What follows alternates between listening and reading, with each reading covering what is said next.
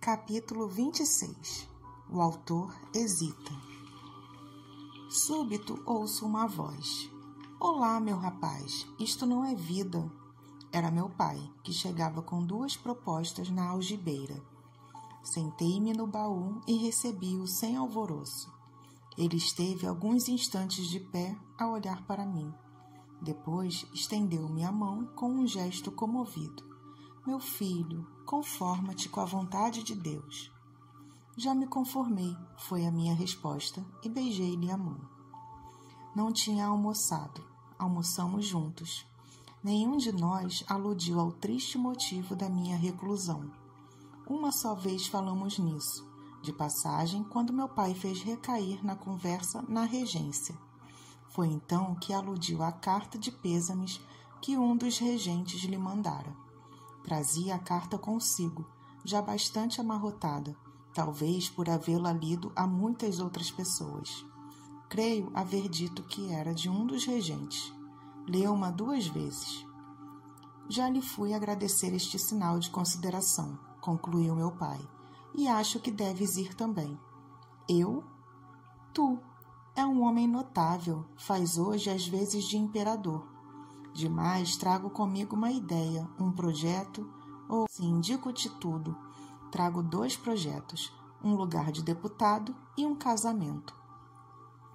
Meu pai disse isto com pausa, e não no mesmo tom, mas dando às palavras um jeito e disposição cujo fim era cavá-las mais profundamente no meu espírito. A proposta, porém, desdizia tanto das minhas sensações últimas que eu cheguei a não entendê-la bem. Meu pai não fraquejou e repetiu-a. Encareceu o lugar e a noiva. Aceitas? Não entendo de política, disse eu depois de um instante. Quanto à noiva, deixe-me viver como um urso que sou.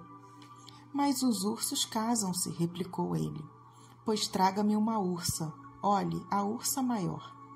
Riu-se meu pai, e depois de rir, tornou a falar sério.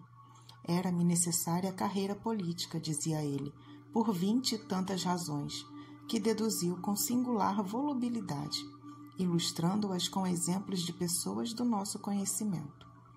Quanto à noiva, bastava que eu a visse. Se a visse, iria logo pedi-la ao pai, logo, sem demora de um dia. Experimentou assim a fascinação, depois a persuasão, depois a intimação. Eu não dava resposta.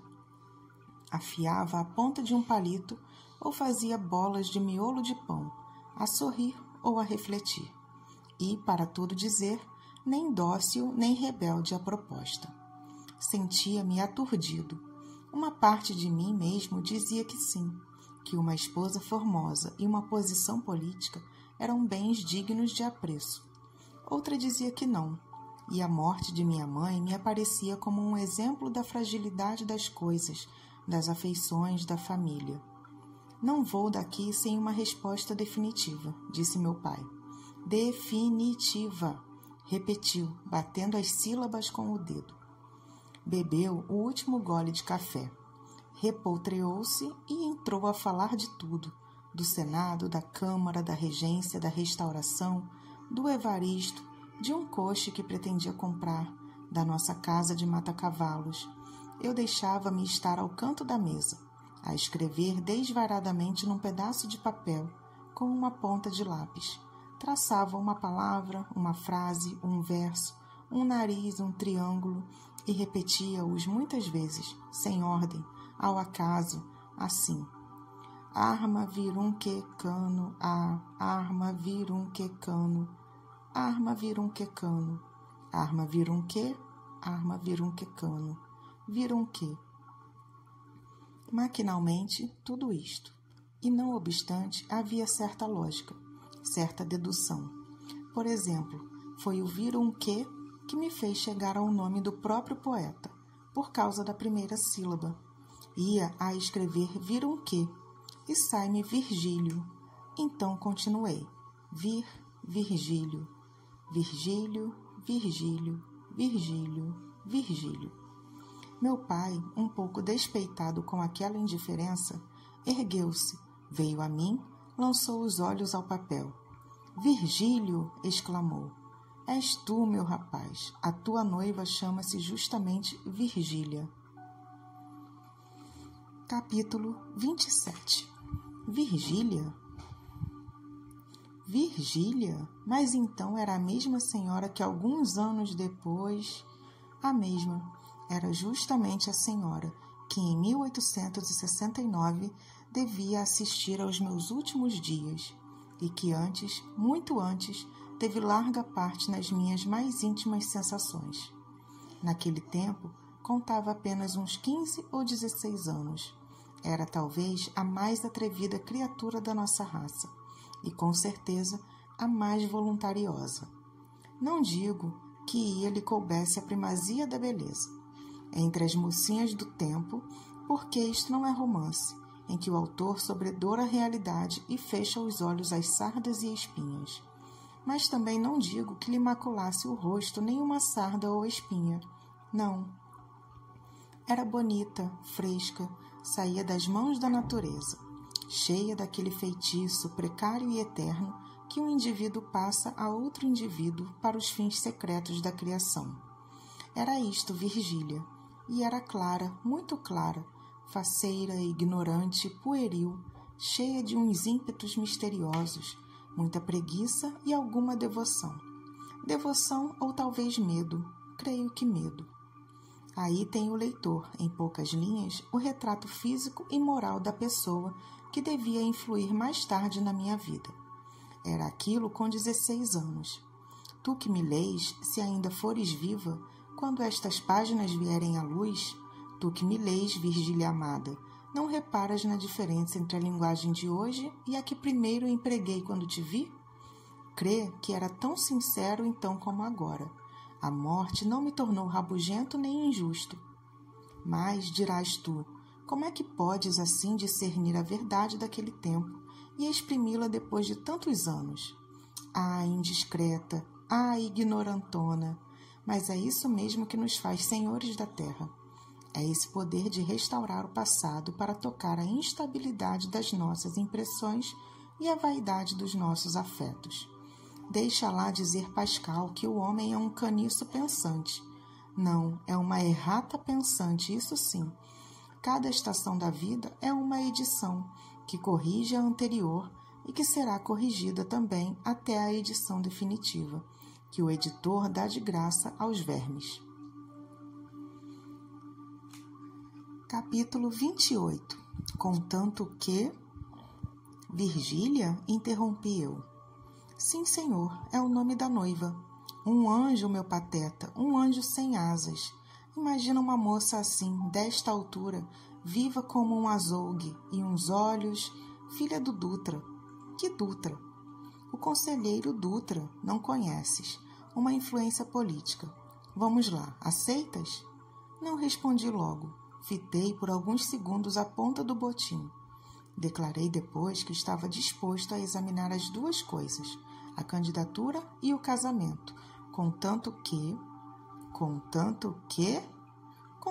não fique obrigado a aceitar as duas. Creio que posso ser separadamente homem casado ou homem público. Todo homem público deve ser casado, interrompeu sentenciosamente meu pai. Mas seja como queres, estou por tudo. Fico certo de que a vista fará fé. Ademais, a noiva e o parlamento são a mesma coisa. Isto é, não, saberás depois. Vá, aceito a dilação, contanto que, interrompi eu, imitando-lhe a voz. Ah, brejeiro, contanto que não te deixes ficar aí, inútil, obscuro e triste. Não gastei dinheiro, cuidados, empenhos para não te ver brilhar, como deves e te convém, e a todos nós. É preciso continuar o nosso nome, continuá-lo e ilustrá-lo ainda mais. Olha, estou com 60 anos, mas se fosse necessário começar vida nova, começava, sem hesitar um só minuto. Teme a obscuridade, Brás, foge do que é ínfimo. Olha que os homens valem por diferentes modos, e que o mais seguro de todos é valer pela opinião dos outros homens. Não estragues as vantagens da tua posição, os teus meios. E foi por diante o mágico. a agitar diante de mim um chocalho, como me faziam em pequeno, para eu andar depressa, e a flor da hipocondria recolheu-se ao botão, para deixar a outra flor menos amarela e nada mórbida, o amor da nomeada, o emplasto Brás Cubas. Capítulo 29. A visita. Vencera meu pai. Dispus-me a aceitar o diploma e o casamento. Virgília e a Câmara dos Deputados. As duas Virgílias, disse ele num assomo de ternura política. Aceitei-os. Meu pai deu-me 2 fortes abraços. Era o seu próprio sangue que ele, enfim, reconhecia. Desces comigo? Desço amanhã. Vou fazer primeiramente uma visita a Dona Eusébia. Meu pai torceu o nariz, mas não disse nada. Despediu-se e desceu. Eu, na tarde desse mesmo dia, fui visitar Dona Eusébia. Achei-a a repreender um preto jardineiro, mas deixou tudo para vir falar-me com um alvoroço, um prazer tão sincero que me desacanhou logo. Creio que chegou a cingir-me com o seu par de braços robustos. Fez-me sentar ao pé de si, na varanda, entre muitas exclamações de contentamento. Ora, o Brasinho, um homem, quem diria, há anos, um homem zarrão e bonito. Qual, você não se lembra de mim?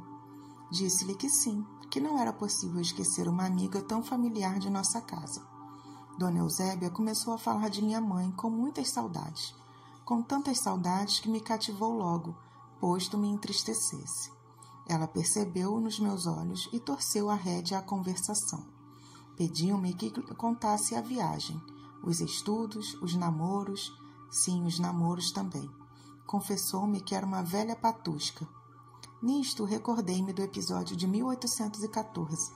Ela, o Vilaça, a moita, o beijo, o meu grito, e estando a recordá-lo, ouço um ranger de porta, um farfalhar de saias e estas palavras. Mamãe, mamãe. Capítulo 30. A flor da moita. A voz e as saias pertenciam a uma mocinha morena, que se deteve à porta alguns instantes ao ver gente estranha. Silêncio curto e constrangido. Dona Eusébia quebrou-o, enfim, com resolução e franqueza. Vem cá, Eugênia, disse ela. Cumprimento o Dr. Brás Cubas, filho do Sr. Cubas, veio da Europa. E voltando-se para mim, minha filha Eugênia. Eugênia, a flor da moita, mal respondeu ao gesto de cortesia que lhe fiz. Olhou-me admirada e acanhada, e lentamente se aproximou da cadeira da mãe. A mãe arranjou-lhe uma das tranças do cabelo, cuja ponta se desmanchara. Ah, travessa, dizia. Não imagina, doutor, o que isto é. E beijou-a com tão expansiva ternura que me comoveu um pouco. Lembrou-me minha mãe, e, direi tudo, tive umas cócegas de ser pai. Travessa, disse eu, pois já não está em idade própria, ao que parece. Quantos lhe dá? 17, menos 1. 16. Pois então, é uma moça. Não pôde Eugênia encobrir a satisfação que sentia com esta minha palavra, mas emendou-se logo e ficou como dantes, ereta, fria e muda. Em verdade, parecia ainda mais mulher do que era. Seria criança nos seus folgares de moça, mas assim, quieta, impassível, tinha a compostura da mulher casada. Talvez essa circunstância lhe diminuía um pouco da graça virginal. Depressa nos familiarizamos. A mãe fazia-lhe grandes elogios.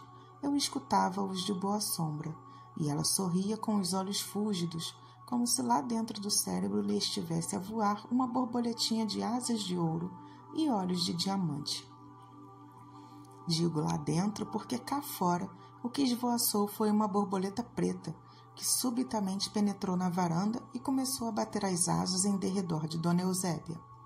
Dona Eusébia deu um grito, levantou-se e praguejou umas palavras soltas. Desconjuro, sai, diabo, Virgem Nossa Senhora. Não tenha medo, disse eu, e tirando o lenço, expeli a borboleta. Dona Eusébia sentou-se outra vez, ofegante, um pouco envergonhada. A filha, pode ser que pálida de medo, dissimulava a impressão com muita força de vontade. Apertei-lhes a mão e saí, a rir comigo da superstição das duas mulheres, um rir filosófico, desinteressado, superior. De tarde, vi passar a cavalo a filha de Dona Eusébia, seguida de um pajem. Fez-me um cumprimento com a ponta do chicote. Confesso que me lisonjeei com a ideia de que, alguns passos adiante, ela voltaria a cabeça para trás, mas não voltou.